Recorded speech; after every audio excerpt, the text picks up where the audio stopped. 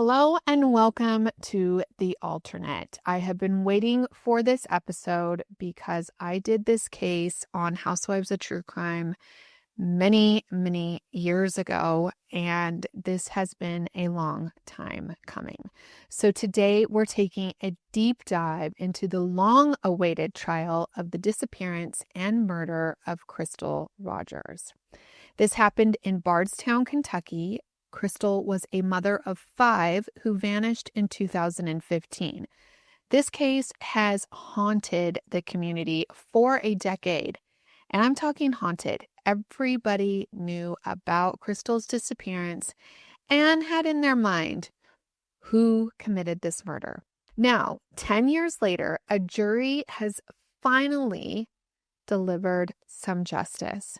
Brooks Hauke, Crystal's boyfriend at the time she went missing, and Joseph Joey Lawson, goes by Joey, an alleged co-conspirator, both are on trial for Crystal's murder.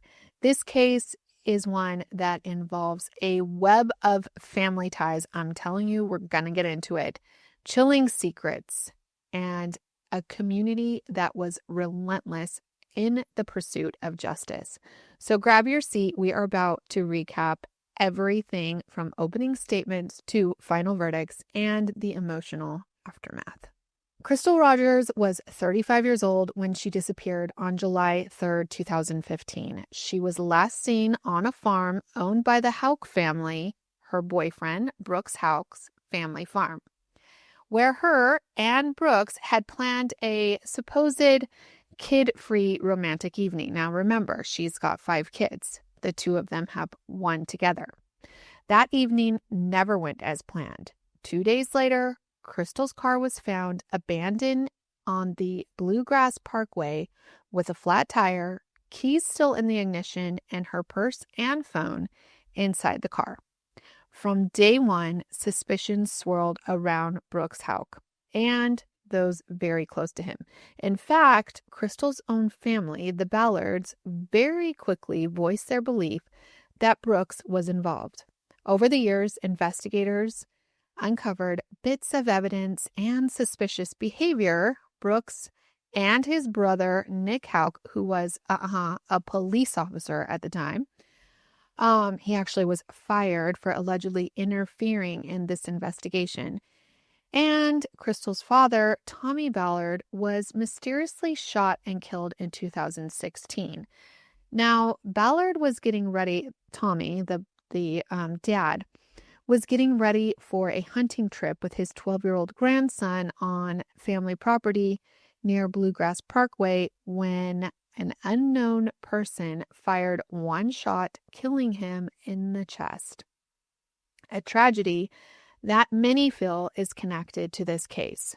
No trace of Crystal Rogers has ever been found, but authorities presumed she was dead. Still, arrest did not come until 8 years after Crystal vanished. In 2023, a grand jury finally indicted 3 men. Brooks Hauke, not his brother, by the way. No, another father and son duo, Steve Lawson and his son, Joseph Lawson, on related conspiracy and evidence of tampering charges. Steve Lawson, Joey's father, was a longtime acquaintance and an employee of Brooks Hauke, tying the family together in a real disturbing way. So in 2025, Steve Lawson had already actually been tried separately and convicted on all charges, setting the stage for the second trial that we are going to talk about today of Brooks Hauke and Joey Lawson. They are tried together. It has been a long road, but at last, a jury would hear the full story of what prosecutors say really happened to Crystal Rogers. Because up until this point, until these 2 trials, everything we knew was just hearsay. The trial of Brooks Hauke and Joseph Lawson began in late June 2025 in Warren County. That was moved due to the extensive pretrial publicity, and let me tell you, the whole community wanted justice for Crystal, including myself. And I'm not part of the community, but I want justice for Crystal. Jury selection was exhaustive. Potential jurors were grilled on the knowledge of this case and if they were going to be impartial. With a panel seated, opening statements kicked off on Wednesday morning, nearly 10 years to the day since Crystal vanished. And they were emotional and it was intense from the very beginning. Prosecutor Jim Lazowski, okay, I keep thinking, every time I say his name, Lazowski, I think of Mike Wazowski from Monsters, Inc. Okay, prosecutors Jim Lazowski delivered the opening statements for the Commonwealth, and he wasted no time laying out very bold claims. This was a family conspiracy to make Crystal Rogers disappear. In fact, the very first name out of the prosecutor's mouth wasn't the defendant's. It was Rosemary Hauke. What? Brooks's own mother. Lazowski told the jury that Rosemary Hauke, who is not charged and had allegedly asked someone before Crystal went missing to get rid of Crystal. And that bombshell set the tone for prosecutors painting a very vivid picture involving not only Brooks, but also members of his family and friends. According to the state, Brooks Hauke had a motive to kill Crystal. Their relationship was strained, and he did not want to lose his son, Eli. The prosecutors described how on July 3rd, 2015, Crystal and Brooks planned this date night without kids, but instead spent the evening at the Hauke farm with their 2-year-old in tow for hours. Sometime after that, Crystal Rogers was never seen or heard from again. Lazowski urged the jurors to use their common sense as they heard evidence. While he admitted they don't have any eyewitnesses, no body present, he promised to show powerful circumstantial evidence that something happened to Crystal that night, and Brooks Hauke and Joseph Lawson were at the center of it. After nearly an hour of the prosecutor's narrative squarely targeting Brooks, it was the defense's turn, and the defense attorney for Hauke and Lawson, they both had their own, by the way, struck a very combative tone. They seized on what the prosecution did not describe. Notice they can't tell you, this is what they said, notice they can't tell you how, where, or whom Crystal was killed. The defense emphasized this greatly. They argued that the state's case was built on nothing but theories and assumptions, pointing out that there was no body, no murder weapon, no crime scene, and no eyewitnesses to this killing. In their view, investigators were desperate to find answers and had unfairly zeroed in on Brooks Hauke from day one and spun a very weak conspiracy tale. The defense told the jury that both Brooks and Joey Lawson were essentially being prosecuted for being convenient suspects, not because of hard evidence. They noted that many pieces of this case were circumstantial and would require a lot of connecting dots, and urged the jurors to not fill in those gaps with speculation. And once the defense attorney bluntly said, this case lacks everything usually seen in a murder prosecution. There is no body, there's no witnesses, there's no weapon, there's no crime scene, and we have an innocent or two innocent people sitting here. From the defense perspective, this was more of a missing person case than a murder case, and they intended to hammer reasonable doubt at every turn. So from the onset, jurors got two very different storylines. The prosecution's saga of a premeditated plot to eliminate Crystal and cover it up versus the defendant's insistence that there was no proof of murder at all. And in fact, the emotions in the courtroom were high. In fact, Crystal's oldest daughter, who was 14 at the time, Kylie, she broke down in tears just before testimony began, and she was the first witness. So day one of testimony began with the gut punch of Kylie herself, who took the stand, now a young adult She spoke through tears about the last time she saw her mom alive. She had been home the evening of July 3rd, 2015, and she remembered her mom and Brooks heading out with their toddler, saying they might go to the farm. Kylie testified that her mother was in a good mood that day, excited for this date night, as one witness later put it, and that Crystal would have never willingly left her 5 kids without a word. It was the last, she says, I was the last one to see my mom. I didn't know it was a goodbye, which is so sad.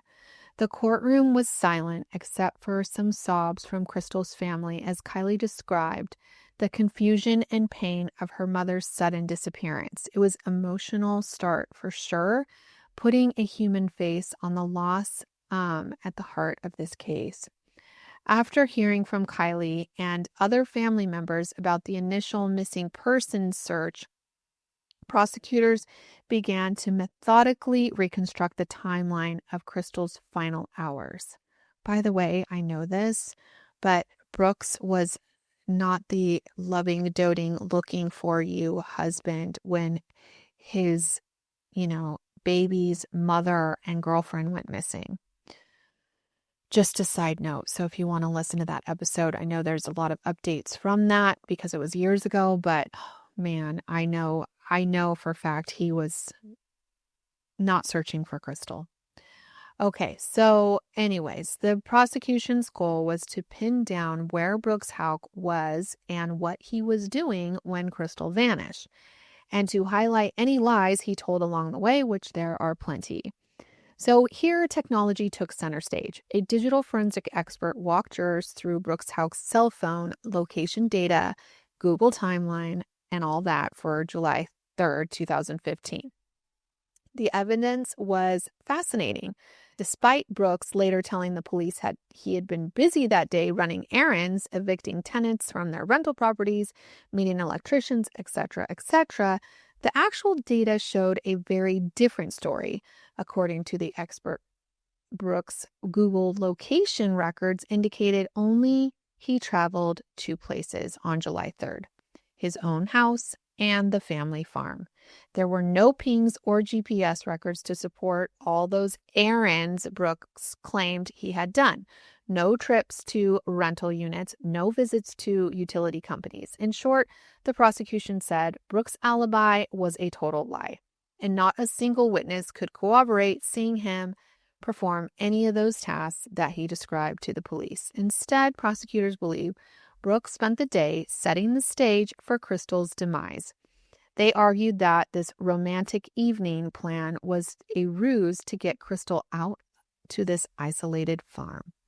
Another critical piece of this timeline was Crystal's own cell phone activity, or rather, lack of cell phone activity. Jurors saw records of Crystal Rogers' cell phone usage from July 3rd. She was a frequent texter, close to her family, yet on July 3rd, all that activity stopped abruptly just before midnight. In fact, an expert testified that Crystal's phone was manually powered down at 11:57 and never turned back on until police recovered it, like they recovered the phone days later, remember, in her car. To prosecutors, that timestamp of 11:57 was an essential moment to when Crystal died. Whatever happened at that farm, it likely happened around that time, after which Crystal never used her phone again.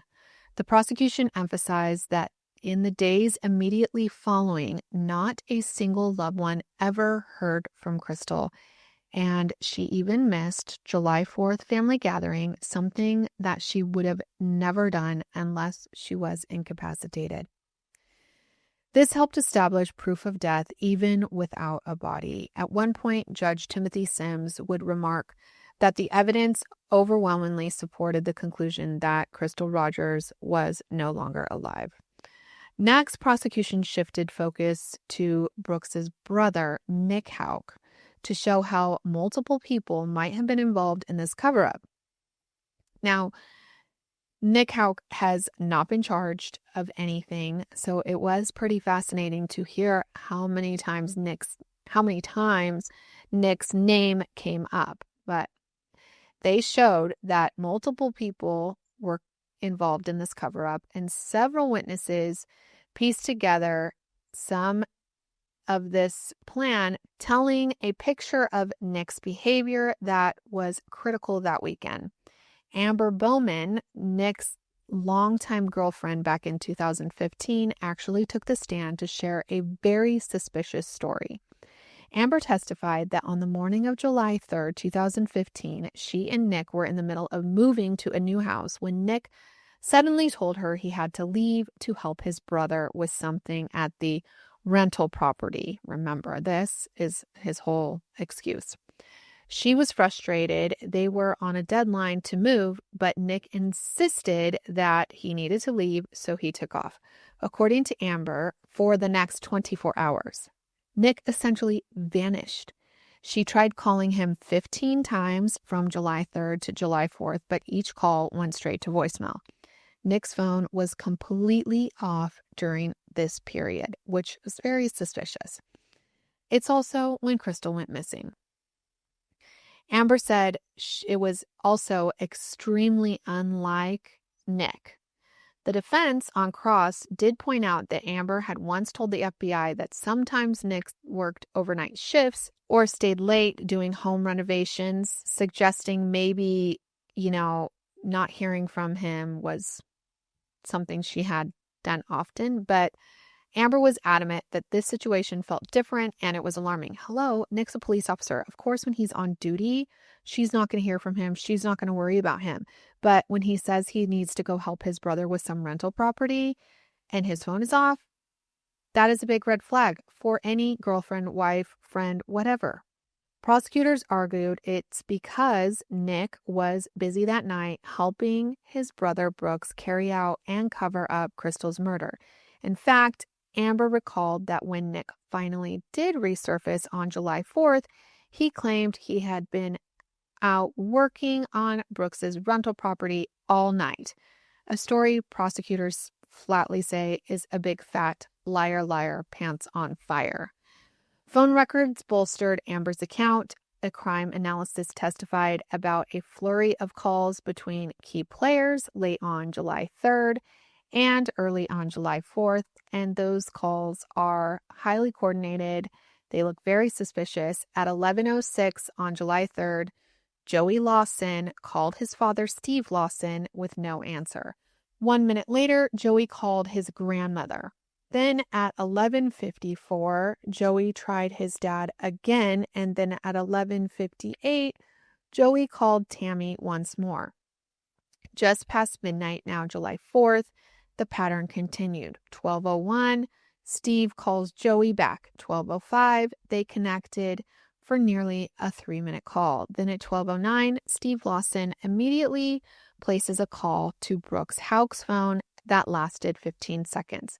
Moments later, at 12:43, Joey Lawson's called to his dad, Steve, again and spoke for about 2 minutes.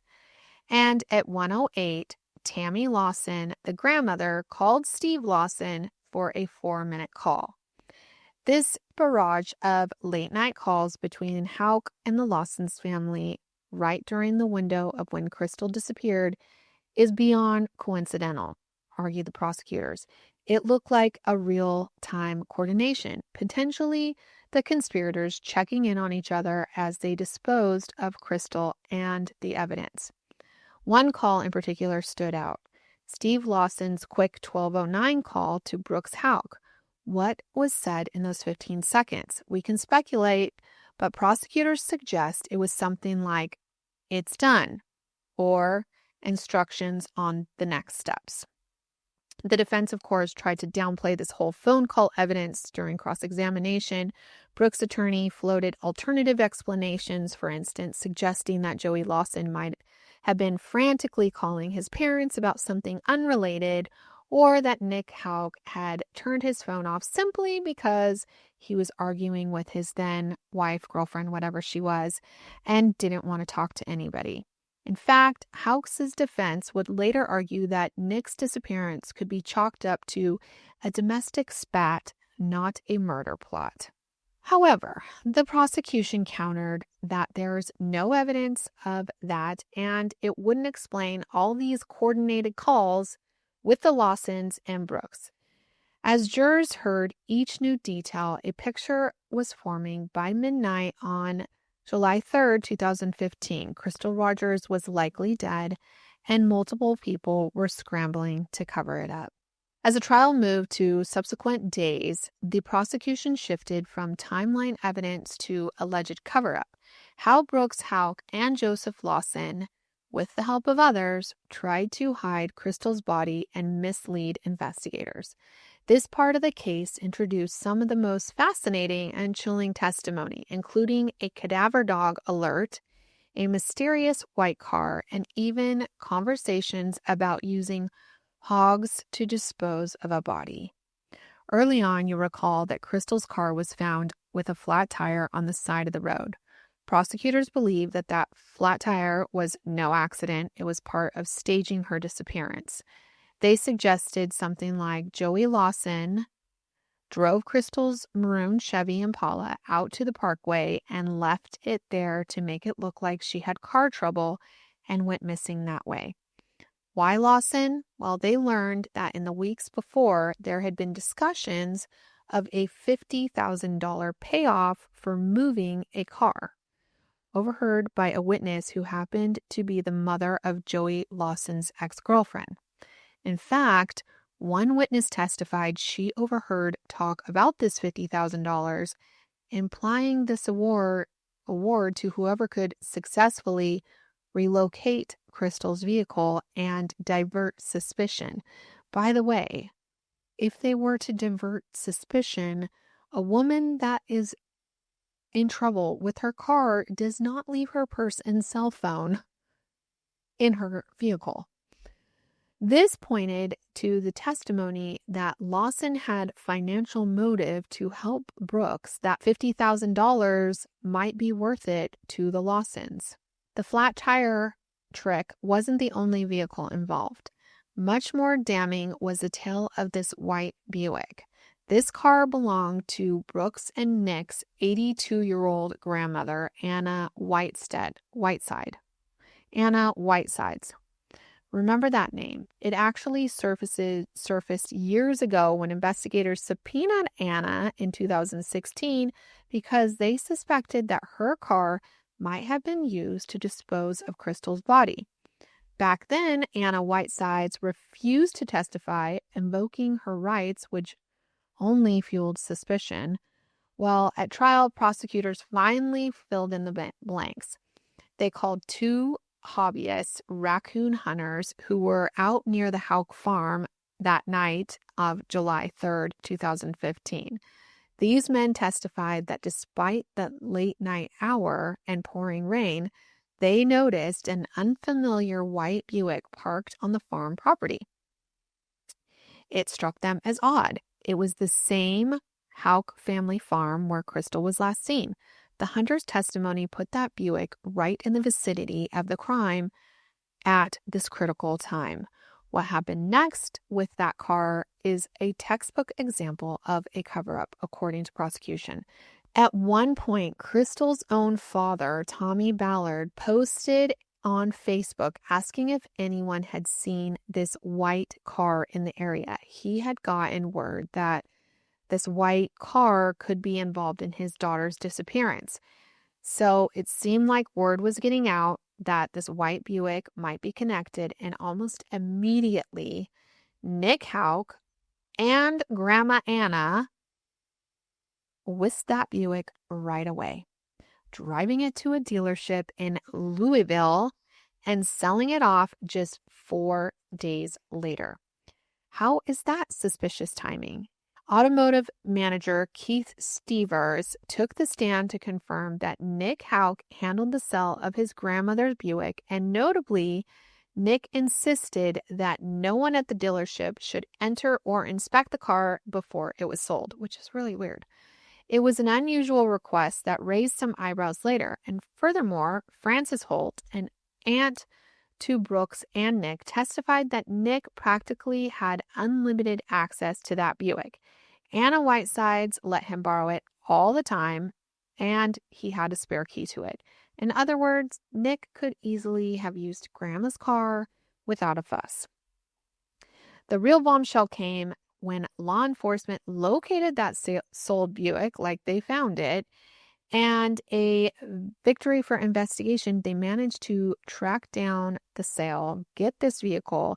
A canine handler testified that what happened during the forensic search of that vehicle, his trained cadaver dog was led around the vehicle and it alerted strongly to the scent of human remains in the trunk area.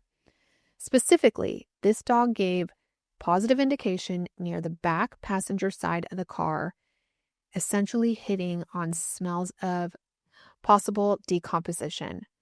That wasn't all. Investigators also found a strand of hair in the trunk, and forensic analysis showed that this hair was similar to Crystal Rogers at a molecular level. Essentially, the DNA or mitochondrial match was consistent with Crystal's. So it's a little bit, it's not as good as like a DNA match, but the hair was consistent of Crystal's hair. It was not consistent, by the way, of Grandma's hair or anybody else, but it was very consistent of Crystal's hair.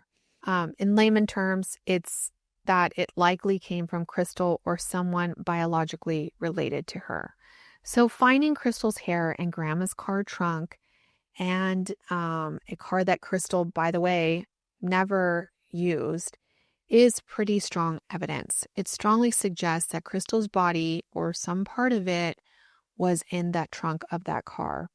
This was a pivotal moment in the trial. You could see jurors react, some leaning forward, eyes were wide open, and the dog handler and the lab analysis laid out all these findings. The implication was that Brooks Hauke and his accomplices used this Buick to transport Crystal's body away from the farm or somewhere around the farm. Of course, the defense fought back hard on this point. In cross-examination, Brooks's attorney tried to undermine the cadaver dog's reliability. I mean, they always try to do that.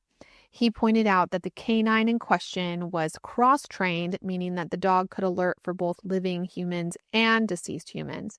The defense suggests that maybe the dog was reacting to a living person's scent, perhaps Crystal's, some earlier time, or even the smell of the elderly owner, rather than a cadaver, scent. They emphasized that there was no actual blood or tissue was recovered from the car, only hair, and hair without a root does not provide definitive DNA. The hair is similar to Crystal's, they say, but it could belong to someone else with similar characteristics and maternal DNA line. I mean, I think that is pretty good evidence if they're like looking for, it's not Crystal's mom's hair, okay? They basically said, this isn't a smoking gun, it's a maybe. Nonetheless, forensic experts stood by their findings and said that that hair was consistent with Rogers, and giving that the totality of this cadaver dog hit with the matching hair, prosecutors argued that it was far too coincidental to dismiss. In a dramatic moment, the prosecutors rhetorically asked the jury, what are the chances that Crystal Rogers' hair just happens to end up in the trunk unless it was her and she was in it? Now, perhaps the most chilling testimony came when prosecutors moved beyond forensics to statements made by conspirators themselves. This is where the trial truly felt like something out of a crime drama, with witnesses recounting conversations that really did send shivers through the courtroom, through my body. Oh my gosh. This construction worker named Charlie Girdley, he took the stand and recounted a conversation he had with the Lawson men, Steve and Joey, shortly after Crystal disappeared. Charlie knew the Lawsons through work. Steve was a former employee of Brooks, remember, and Joseph sometimes worked with them. According to Charlie, Steve Lawson told him that Brooks wanted to get rid of his old lady, referring to Crystal. Even more disturbing, Charlie testified that Joseph Lawson casually chimed in that if they buried Crystal using a skid steer, which is a heavy piece of construction equipment. Nobody would ever find her. Now, imagine hearing that. A father and son allegedly discussing in the matter-of-fact way a plan to kill a woman and hide her remains under like tons of earth. Gross. A skid steer, Charlie explained, is perfect for digging and burying large objects or bodies. The jurors looked absolutely horrified, as you can imagine. This conversation, if true, is basically a blueprint of the crime, premeditation, and the method of disposal. And keep in mind, this isn't a law enforcement officer recalling an interrogation. It's just your average guy who says he heard these men on their own implicating themselves. But there was more. Another witness, one of Brooks's former employees, recounted a separate gruesome conversation that Joseph Lawson allegedly made. This employee testified that Joseph talked about how he would dispose of a body such that it would never be identified. He said that he would pull out Crystal's teeth and let the hogs do the rest. Yes, you heard that right.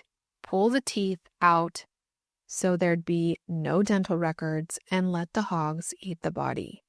It's the kind of horrifying detail that sounds like you can't even like, I can't, it's hard for me to even talk about, by the way. But this did come out under oath in this trial. And I'm going to tell you, in rural Kentucky, farmers know, because my dad worked on a hog farm, not in Kentucky, but in Nebraska, I think. But if you know, hogs will eat almost anything. And the fact that Joseph was talking about it in relation to Crystal Rogers sent Crystal's family in tears. I mean, I can't even imagine. It's just too much to bear for a family to hear these awful, awful things. These witnesses' accounts to the Lawson duo statements were absolutely devastating to the defense.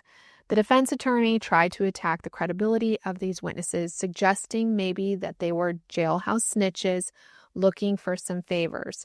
One was incarcerated on unrelated charges, and I think he did get some lenience to testify. And that always does make me suspicious, but, and that's what the defense said, that he had a motive to lie. They hinted at inconsistencies, like why didn't these people report such comments sooner? Are they misremembering or exaggerating their statements? But jurors also learned that these conversations were part of why the grand jury eventually brought charges to Brooks and the Lawsons. People did come forward, and under cross, the witnesses held firm on what they heard.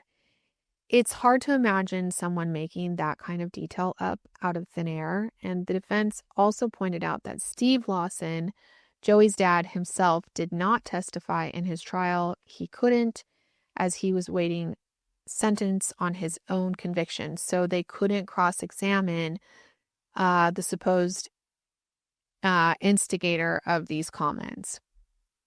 They painted Steve as a big talker who might have just bolstered up this thing that didn't really happen. However, combined with everything else, the calls, the car, the lies, the alleged statements gave jurors, look like this was a cold-blooded killing of Crystal. It was not an impulsive crime of passion. It looked more like Brooks had planned this out with help of his friends. Now, why? According to prosecution, money and custody. They argued that Brooks didn't want to share his son or suffer financial fallout from Crystal. There were rumors she might leave him, and Joseph Lawson was struggling in life. He was apparently willing to help for this $50,000 payout. In one sharp line during closing, the prosecutor said he did it for the money, $50,000. That's what she was worth to them. It's chilling to think that anybody could have killed a mother of five for $5, much less $50,000 for any amount of money, for even doing it. But that's exactly what the Commonwealth said happened.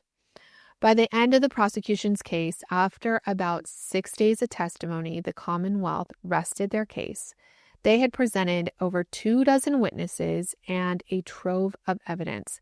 Key pieces included Crystal's last known whereabouts with Brooks at the farm, her abrupt silence after midnight, Brooks's false alibis, Nick Hauke's suspicious behavior and involvement in hiding evidence, the flurry of phone calls linking Brooks and the Lawsons during this crucial window, the cadaver dog, Crystal's hair in the Buick, and multiple witnesses recounting incriminating statements coming from the accused and their family.